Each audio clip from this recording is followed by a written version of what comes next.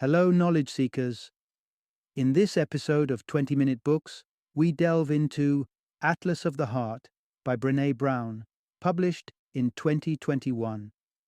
This enlightening guide goes beyond the surface of our emotional worlds, offering a map to navigate the complexities of our feelings and emotional responses.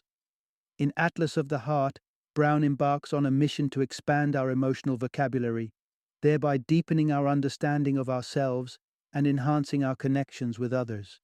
Brené Brown, a distinguished research professor at the University of Houston and visiting professor in management at the University of Texas at Austin McCombs School of Business, brings over 2 decades of dedicated research into emotions such as vulnerability and shame.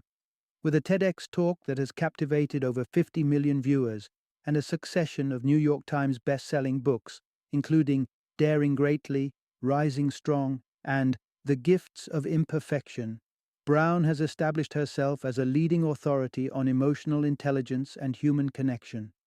Atlas of the Heart is an invaluable resource for curious adventurers eager to explore the vast terrain of their emotional landscapes. It is also a beacon of hope for those overwhelmed by incomprehensible or uncontrollable emotions, seeking clarity and self-regulation. Additionally, fans of Brené Brown's previous work will find new, profound insights into her evolving theories of emotion, furthering their understanding of the intricacies of the human heart. Join us as we uncover the transformative power of naming and understanding our emotions. Through the expert guidance of Brené Brown in Atlas of the Heart. This episode is a journey toward greater self-discovery, emotional agility, and empowered connections, essential for anyone looking to navigate life's emotional seas with grace and resilience. And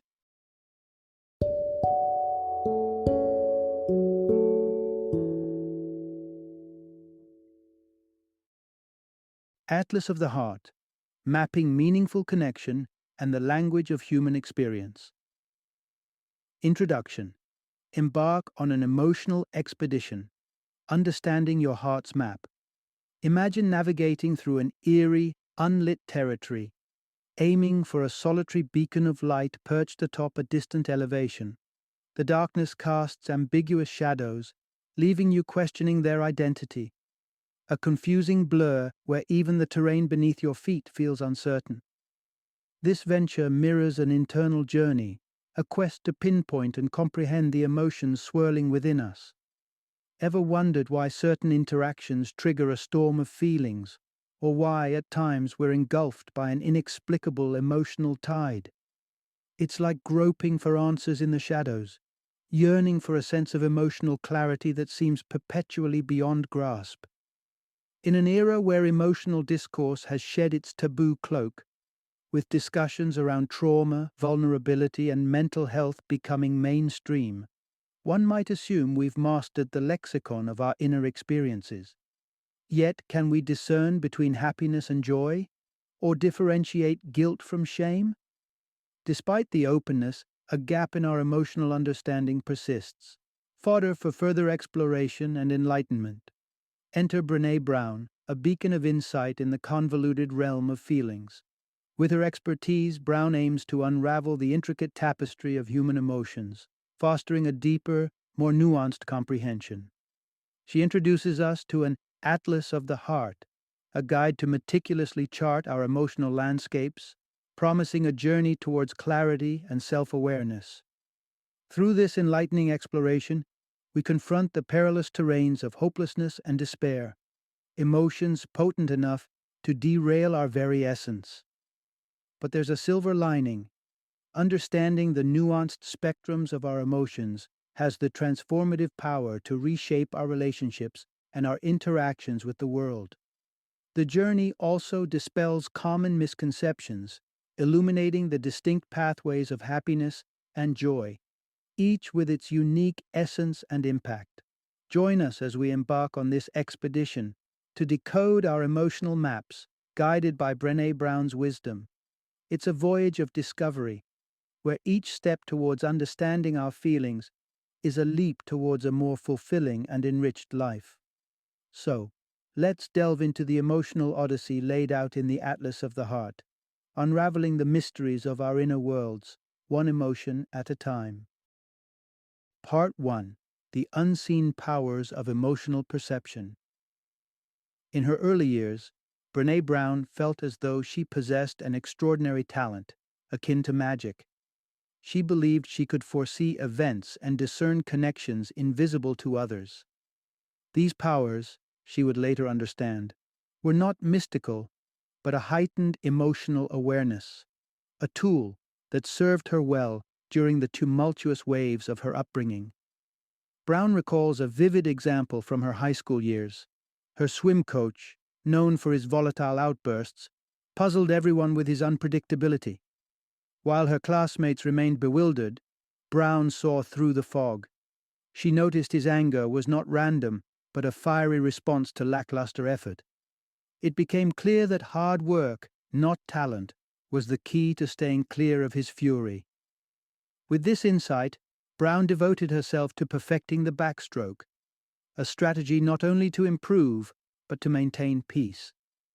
This knack for sensing the undercurrents of human emotion was not solely for navigating her coach's temperament. It was a survival mechanism at home, where life behind closed doors diverged sharply from the facade her parents presented to the world. To friends and outsiders, her parents were the epitome of sociability and kindness. However, in the privacy of their household, they were like ticking bombs, their moods and outburst patterns unpredictable and often directed towards Brown and her siblings. Feeling responsible as the eldest child, Brown's magic powers were put to the test. She honed her ability to detect shame triggers, understanding that certain actions or words could provoke explosive reactions from her parents. This understanding expanded beyond the confines of her home as she observed similar patterns in adults, noticing how misplaced anger often found an outlet in seemingly unrelated areas, such as sports enthusiasm or driving frustrations. Despite her keen emotional insights, Brown grew up in an environment where discussing feelings was taboo. Anger was the sole expression openly acknowledged, leaving little room for vulnerability or connection. The very gift that allowed her to navigate the complexities of her surroundings also isolated her, as she bore the weight of her family's emotional volatility alone. Reflecting on these experiences, Brené Brown's journey from a child who believed in her own magical foresight to an adult who recognizes her acute emotional awareness as a strength is compelling. It is this deep understanding of human emotions and interactions that has become her true superpower, an asset she now shares with the world through her work, most notably in Atlas of the Heart. This narrative of transformation not only highlights Brown's expertise, but also underscores the profound impact of emotional perception and the power it holds in understanding and navigating the complexities of human relationships. Part 2. Navigating the Maze of Sensitivity and Emotions. In our lives, sensitivity to the emotional undercurrents around us often feels like treading on eggshells, each step meticulous, trying to avoid the crackle of discomfort. For Brené Brown, this metaphor extended even further. It was as though these eggshells were affixed firmly to her feet, making detachment impossible. Her intrinsic connection to the world's emotional pulse was so acute that the mere anticipation of discord became a source of dread. In an attempt to dull this hypersensitivity, Brené turned to coping mechanisms that many find themselves resorting to: partying, smoking, and drinking. This trio served as a dulling agent for her emotions, blurring the world's sharp edges into a more bearable haze. Yet, this artificial numbing came with a steep cost. It clouded her innate ability to resonate with others' internal experiences, replacing clarity with a fog of fear and anxiety. The pain she sought to evade only magnified, creating a vicious cycle of seeking relief through means that ultimately amplified her discomfort. It was this realization that in her efforts to take the edge off, she was also dimming the very essence of her unique gift, that led Brené to pursue a path of healing and reconnection with her inner self. With professional support, she embarked on the arduous journey of peeling away the layers of self-imposed numbness. She learned to embrace the full spectrum of her feelings, accepting the beauty in vulnerability, the discomfort of pain, and the myriad of emotions that constitute the human experience.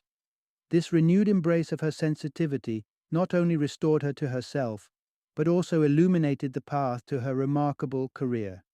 Today, Brené cherishes her emotional acuteness.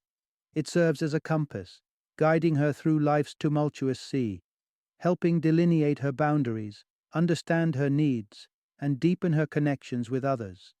This profound relationship with her own emotions has been the cornerstone of her work, empowering her to create resources for those similarly journeying through the landscapes of vulnerability and longing for connection. With Atlas of the Heart, Brené extends an invitation to all who find themselves daunted by their emotional intensity. The book acts as a beacon for those who yearn to navigate their feelings without fear, seeking understanding and comfort in vulnerability. As we delve into this insightful guide, exploring the tapestry of 87 emotions, we embark on a journey of discovery. While these feelings may seem familiar, Brené unveils deeper layers, inviting us to perceive them through a lens of empathy and understanding. This exploration is not just about identifying emotions, but engaging with them, recognizing their power, and learning how they can lead us toward more meaningful human connections. Part 3. Unlocking the Power of Emotional Fluency. Ever asked yourself if delving deep into the vast ocean of emotions is worth the effort, especially when you're not an emotional guru like Brené Brown? Well, let's paint a picture that might shed some light on the importance of this journey. Imagine enduring a sharp, relentless pain in your shoulder, a pain so severe it hampers your daily life. In desperation, you find yourself in the emergency room, yearning for relief, only to realize you're at a loss for words. You can gesture to where it hurts, but can't articulate the nature or intensity of the pain. The doctor, despite her best efforts, is left in the dark. The absence of precise language has created a barricade, preventing you from receiving the very help you seek. This scenario underscores a compelling truth about the human experience. Language is our bridge to the world, a vital tool that helps articulate our innermost feelings, paving the way to understanding and healing. Yet, when confronted with describing our emotional states, many of us are like the person with the aching shoulder, equipped with a limited vocabulary that fails to capture the essence of our experiences. Intriguingly, Brené Brown, through her extensive research, reveals a startling insight. When asked to catalogue the emotions they feel, the majority of people can only identify three: sadness, anger, and happiness. This trifecta, mad, sad, glad, hardly scratches the surface of the rich tapestry of human emotion, akin to knowing only primary colors in a world bathed in countless hues. This narrowing of our emotional lexicon not only curtails our self-understanding, but also hampers our ability to communicate effectively with others. It's here that the concept of emotional granularity comes to the forefront. This refers to the ability to recognize, identify, and articulate our feelings with precision. Developing this skill can drastically enhance our emotional well-being in several ways. Firstly, when we possess the language to pinpoint our emotions, we gain insights into their origins and triggers, empowering us to seek comfort and resolution more effectively. This clarity fosters a deeper connection with ourselves, allowing us to move beyond numbness towards a state of vibrant self-awareness.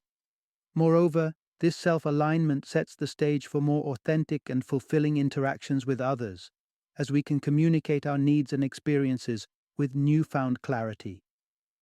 The ability to articulate the nuances of our feelings can transform the nature of our relationships, enabling us to ask for, and, crucially, receive the specific support we require. Taking sadness and happiness as starting points, let's explore how enriching our emotional vocabulary can illuminate the complex landscapes of our hearts, guiding us towards a more nuanced and profound understanding of our inner selves.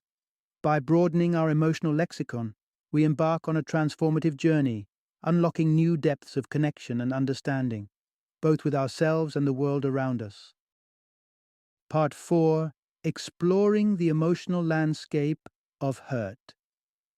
It's an all too familiar territory for many of us. That moment when an event or circumstance triggers a cascade of feelings, and we find ourselves enveloped in what we broadly label as sadness. Yet, to simply call this reaction sad barely scratches the surface of the emotional depth and complexity that underlies our experience. It begs the question: what exactly lies within this realm we term sadness? It's crucial to differentiate between sadness and depression right off the bat. While depression is recognized as a long-term, often debilitating condition, sadness, on the other hand, is more transient, emerging in the wake of specific events or losses. This distinction underscores the fleeting nature of sadness compared to the persistent shadow of depression. Sadness, in its essence, is an integral thread in the fabric of our humanity. It serves as a natural response to the universal experiences of loss or failure. This shared vulnerability to sadness not only allows us to identify it within ourselves, but also to recognize and empathize with it in others. It's this collective understanding of sadness that enables us to offer support and empathy to those around us who are navigating through their moments of sorrow. Engaging in this shared experience fosters a sense of connection and community, reminding us that we are not alone in our feelings. Moreover, sadness has the power to enrich our lives in unexpected ways.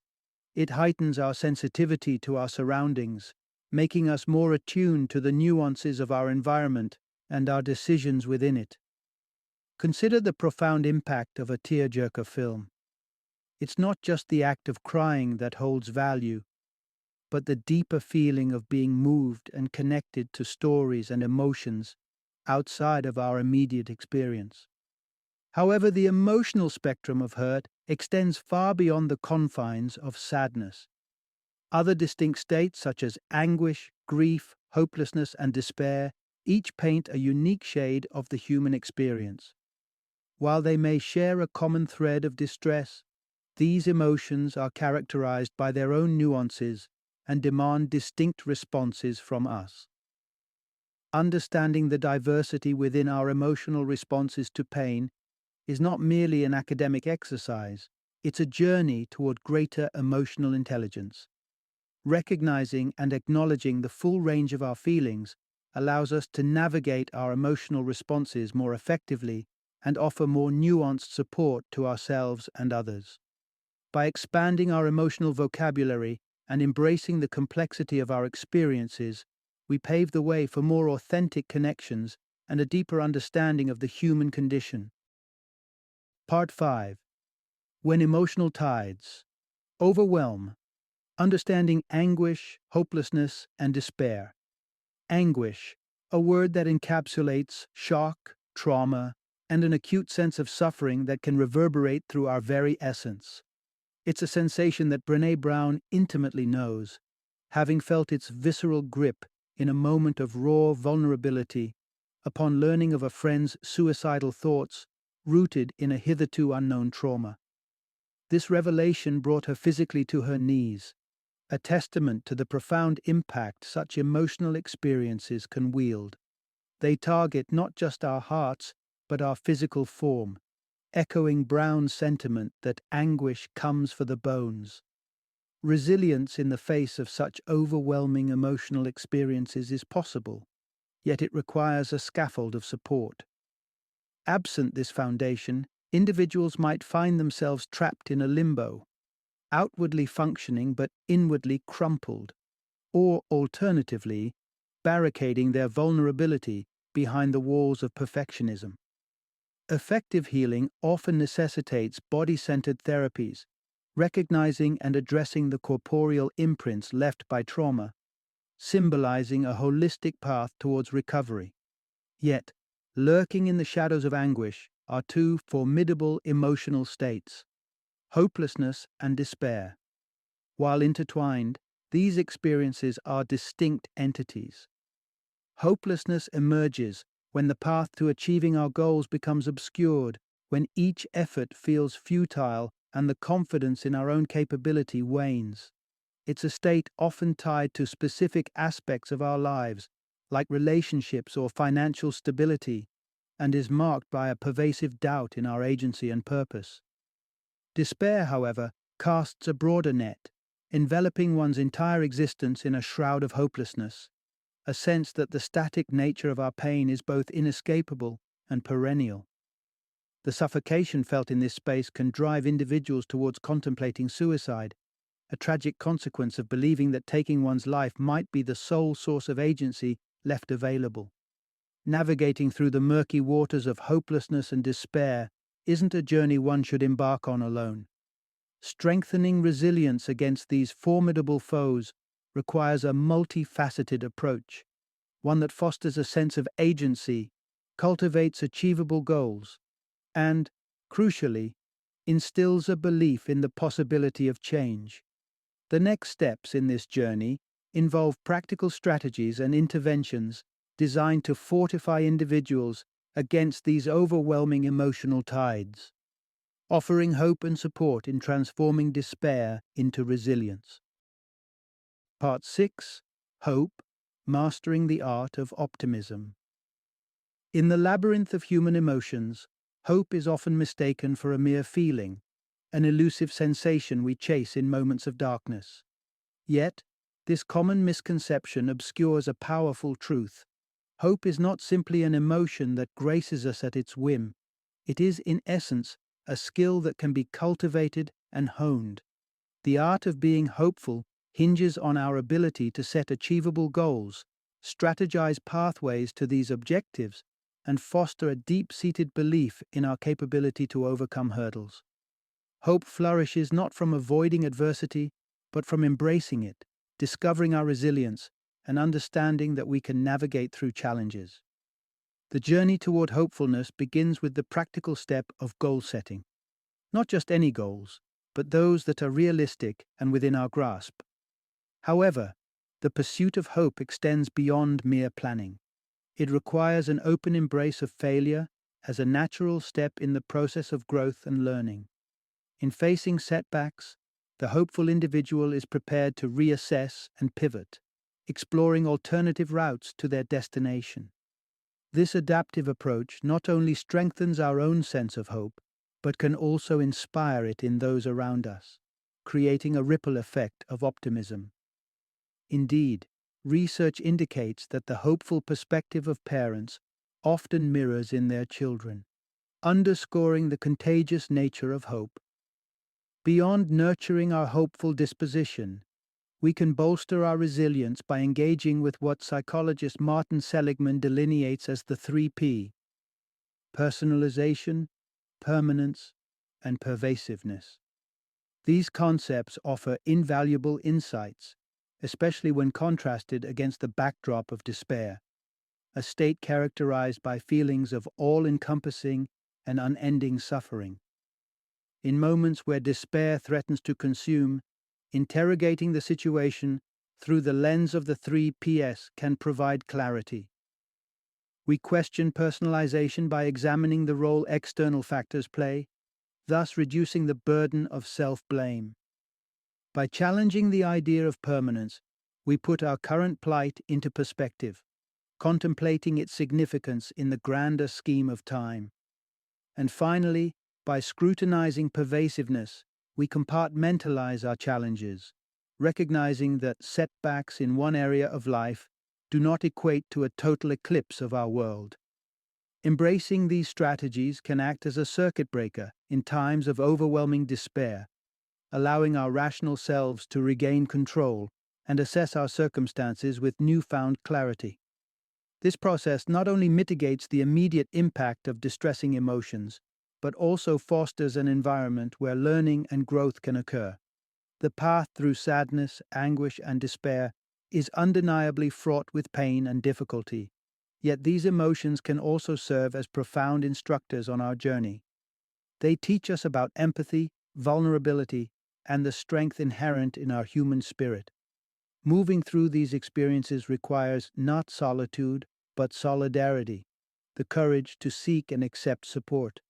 By understanding the unique nature of our emotional challenges, we can seek out and provide the specific kind of assistance needed, navigating our way toward a more hopeful, engaged, and connected existence.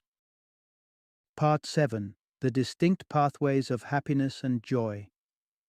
In the realm of human emotions, happiness is a concept we're all intimately familiar with, or so we think. It's the subject of countless songs, the goal behind myriad actions. Yet, delve into the world of happiness research, and you'll quickly find that experts are far from a consensus on what precisely happiness entails.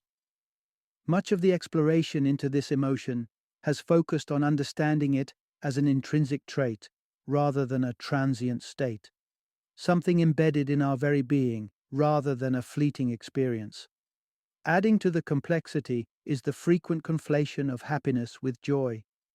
These terms are often used interchangeably in casual conversation, suggesting a shared essence. However, Brené Brown's research illuminates a critical distinction. Happiness and joy, though both positive states, are fundamentally different experiences. Happiness emerges as a more enduring emotion, often springing from a sense of control over one's life and circumstances. It is inherently self-focused, tied closely to our personal achievements and states of being. Joy, in contrast, is characterized by its spontaneity and ephemeral nature. It is an intense burst of emotion that throws our attention beyond ourselves, fostering a profound sense of connection, be it with people, a higher power, or the universe at large. Joy is accompanied by feelings of freedom, vitality, and an acute awareness of the present moment, underscored by gratitude and appreciation. Yet, therein lies a paradoxical quality of joy. It is both exhilarating and unsettling. This dichotomy is encapsulated in what Brené describes as foreboding joy, a phenomenon where profound joy is shadowed by an undercurrent of fear. This fear is not just any fear, but an apprehension so deep it touches on the fear of loss, of the fleeting nature of joy itself. It's the unsettling realization in moments of pure joy, such as watching one's children sleep peacefully, that such happiness is fragile, and the potential for loss is ever present. This foreboding of joy reflects a broader, often subliminal inclination to brace for the worst, to don an armor of pessimism under the guise of realism. Yet, this protective mechanism comes at a steep cost. It alienates us from the full spectrum and depth of joy that life has to offer. Brené shares a poignant tale of a man whose habitual pessimism, intended as a shield against heartache, failed to cushion the blow when tragedy struck with the loss of his wife. This sobering realization underscored that expecting the worst hadn't fortified him against suffering. It had merely deprived him of savoring the joyous moments shared with his loved one. Embracing joy, then, involves more than merely being open to it. It's about actively cultivating gratitude, recognizing and cherishing the blessings of the present. This relationship between joy and gratitude is cyclical, fueling what researchers describe as a positive upward spiral. Gratefulness begets joy, and joy, in turn, fosters gratitude, each emotion amplifying the other. Moreover, gratitude and joy are not static states, but dynamic processes that can be nurtured through practice. Whether it's keeping a gratitude journal or vocalizing daily points of thankfulness, these practices train our minds to seek out and appreciate the myriad moments of joy that punctuate our lives, thereby enriching our emotional landscape and deepening our connection to the world around us. Part 8: Embracing the Complexity of Emotional Contradictions. Throughout this journey of emotional discovery, we've ventured through the landscapes of sorrow and elation, uncovering that the realms of our feelings are anything but straightforward. The stark binaries of sadness versus happiness have unraveled before us, revealing a rich tableau of contradictions and nuances that defy simple categorization. We've traversed the paradoxical territory where sadness morphs into a source of comfort, where the fleeting ecstasy of joy outshines the steady glow of happiness. Our exploration has shown us that emotions are not constrained to the confines of our minds, but resonate through our physical beings.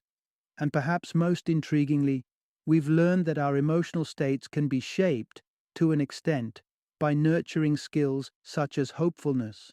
The concept of emotional granularity invites us into a realm where the neat packaging of feelings gives way to a landscape rich with complexity and contradiction. To truly delve into the depths of this terrain, one must become adept at navigating paradoxes. Paradoxes, with their seemingly opposing elements, are not so much conflicting as they are complementary. They exist in relation to one another, much like light does to shadow. The journey toward emotional fluency requires an intimate familiarity with these paradoxes that permeate our lives. It beckons us to reflect on how our desires for connection sometimes clash with our actions that foster isolation, or how one can command a room with poise yet falter in the intimate conversations that matter most. Embracing these emotional paradoxes with both warmth and curiosity is key to navigating the intricate pathways of our hearts. This venture is not about seeking shortcuts or avoiding discomfort. Rather, it is about embracing the full spectrum of our emotional experience with all its contradictions and complexities. As we continue this voyage, let us lean into the ambiguity and the challenging aspects of our emotional landscapes. Let's celebrate the vulnerability inherent in our existence, recognizing that it is within this vulnerability that our true strength and resilience lie. By engaging with the contradictions and embracing the messiness of our feelings, we open ourselves to a richer understanding of what it means to be human. Final summary. Embarking on the quest of emotional granularity unfolds a journey into the depths of our inner selves, guiding us towards a profound understanding of our rich emotional landscapes. This intricate process involves not only recognizing and naming our varied emotional experiences, but also expressing these nuanced states to others. Armed with a precise and varied emotional vocabulary, our ability to navigate the complexities of our inner world expands, enhancing our self-awareness and fostering a deeper connection with our own selves. This journey towards emotional granularity is more than an inward exploration. It's a pathway to forging stronger, more compassionate relationships with those around us. By becoming adept at articulating our feelings with greater specificity, we invite a level of intimacy and understanding into our interactions that was previously unattainable. It's through this precise language of emotions that we can truly communicate the essence of our experiences, opening our hearts to genuine connection and empathy. In essence, honing our emotional granularity is akin to charting a map of our emotions. A map that not only guides us through our own internal landscapes, but also helps us navigate the intricate emotional terrains of those we care about. It's a journey that promises a richer, more connected existence, rooted in love, understanding, and the boundless complexity of the human heart.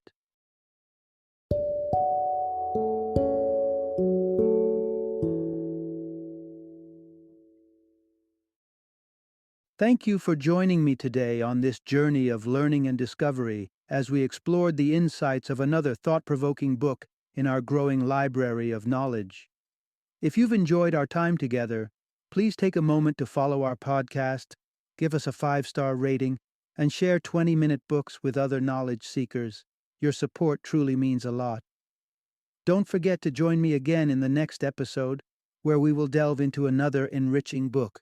Until then, happy reading and happy listening.